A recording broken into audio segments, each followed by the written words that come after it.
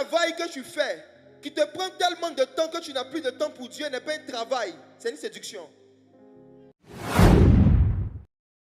Ce qui fait que Dieu voit un homme, c'est lorsque cet homme se tient à son poste. C'est pourquoi Habakkuk dit, je me tiens à mon poste pour voir ce que l'Éternel me dirait. Ça veut dire que chaque fois que tu t'éloignes de ton poste, ta capacité d'entendre Dieu clairement diminue. Le poste, c'est quoi? Frères et sœurs, le premier poste d'un enfant de Dieu, le premier poste d'un être humain qui veut avoir une relation avec Dieu, c'est la vie de prière.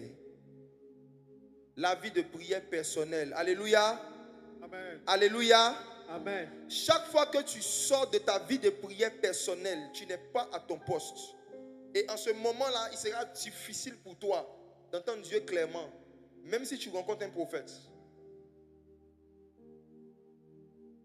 S'éloigner, le fait de ne pas avoir une vie de prière personnelle te disqualifie automatiquement de la liste des hommes et des femmes qui ont le droit d'entendre Dieu clairement.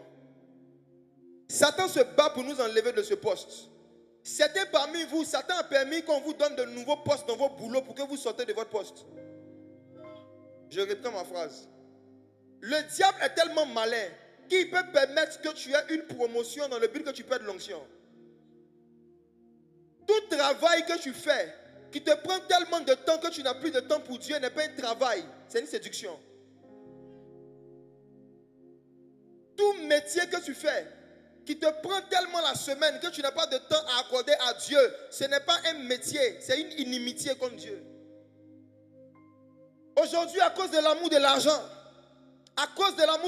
beaucoup d'enfants de Dieu ont quitté le poste. Il y en a ici, ils travaillent du lundi au dimanche. Pourtant, même Dieu a travaillé 6 jours. Le 7e jour, il s'est reposé. Travailler 7 jours sur 7, c'est satanique.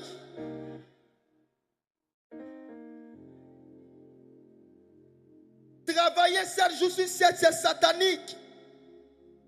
Le travail, selon Dieu, doit se faire 6 jours sur 7. Il faut qu'il y ait dans la semaine au moins un jour où tu te tiens à ton poste.